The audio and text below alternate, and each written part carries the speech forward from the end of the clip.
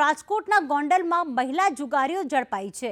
ગોંડલ નાગરિક bank director Nita Mehta જુગાર રમતા ઝડપાયા। ગોંડલ સિટી પોલીસે દરોડા પાડી અને જુગારીઓને ઝડપી પાડ્યા છે, જેમાં બધી જ મહિલાઓ જુગાર રમી રહી હતી। 8 મહિલાઓ સામે ગુનો નોંધી કાર્યવાહી હાથ ધરવામાં આવી છે। પોલીસે 29,350 રૂપિયાની રોકડ રકમ પણ કબજે કરી છે।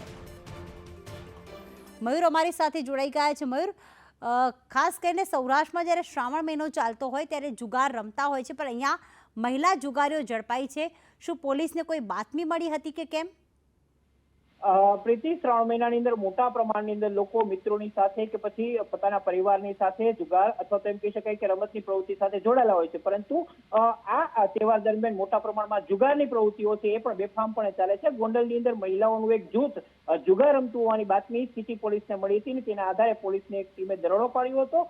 8 જેટલી મહિલાઓ છે મોટા પ્રમાણની અંદર જુગાર રમતી પકડાઈ હતી। તેની અંદર ગોંડલ નાગરિક બેંકના મહિલા ડાયરેક્ટર નીતાબેન મહેતા છે, તેનો પણ સમાવેશ થયો છે। 8 મહિલા જુગારીઓ છે, તેમની ધરપકડ કરી લેવામાં આવી છે। તેમની પાસેથી લગભગ 29,000 કરતા વધુની રકમ રોકડ કબજે કરવામાં આવી છે। આ ઉપરાંત પોલીસ છે તેમના વિરુદ્ધ ગુનો પણ દાખલ કર્યો છે। બાતમીના આધારે આખી રેડ હોવાની વિગતો છે તે પ્રાથમિક રૂપથી સામે આવી રહી છે। આભાર તમામ વિગતો માટે।